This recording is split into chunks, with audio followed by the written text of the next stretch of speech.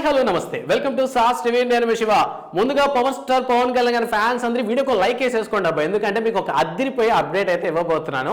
So power star Pawan Kalyan గారి చేతిలో present అయితే లైన్అప్ లో 3 సినిమాలు ఉన్నాయి. హరిహర వీరమల్లు, ఉస్తాద్ భగత్ సింగ్ అండ్ మెయిన్లీ జనాలందరూ ఈగర్గా వెయిట్ చేసినటువంటి ఓజీ.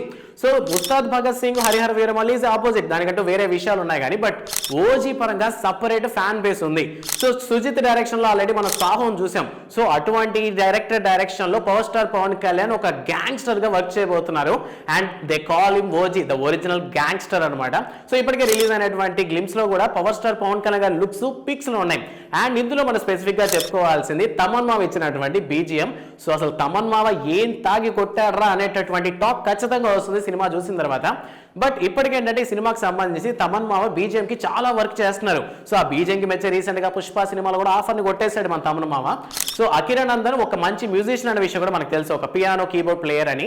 సో అందువల్లే మన తమన్ మావకి విషయం ఎక్కడో లీక్ అయినట్టుంది. అందువల్ల ఏంటంటే ఈ సినిమాకి సంబంధించినటువంటి ఒక్క సాంగ్ లో కీబోర్డ్ ప్లేయర్ గా, ముఖ్యంగా చెప్పాలంటే ఒక సాంగ్ మొత్తానికి కీబోర్డ్ ప్లేయర్ గా అకిరా నందన్ అయితే తీసుకుంటారంట. సో దీనికి సంబంధించి అకిరా గురించి స్పెషల్ గా చెప్పడం ఏంటంటే అకిరా ఫింగర్స్ చాలా పొడుగ్గా ఉన్నాయి. సో పియానో వాయించడానికి చాలా పర్ఫెక్ట్ గా ఉంది.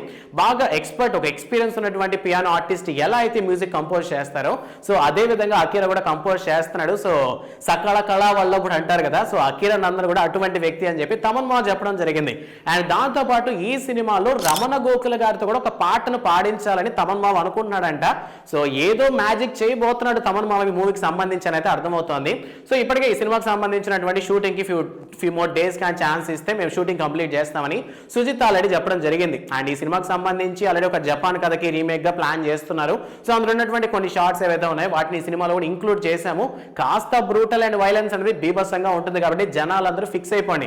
ముఖ్యంగా ఊరం మాస్ ఫ్యాన్స్ ఎవరైతే ఉంటారో వాళ్ళందరి కోసం ఈ సినిమా అని చెప్పి సుజిత్ ఆల్రెడీ చాలా ఇంటర్వ్యూస్ లో చెప్పడం జరిగింది. సో అందువల్ల జనాలందరూ వెయిటింగ్. సో మీరు ఎంతమంది ఓజీ కోసం వెయిట్ చేస్తున్నారో వాళ్ళు ఈ వీడియో కింద కామెంట్ చేయండి. వీడియో నచ్చితే లైక్ చేయండి. And don't forget to subscribe sauce TV. Thanks for watching.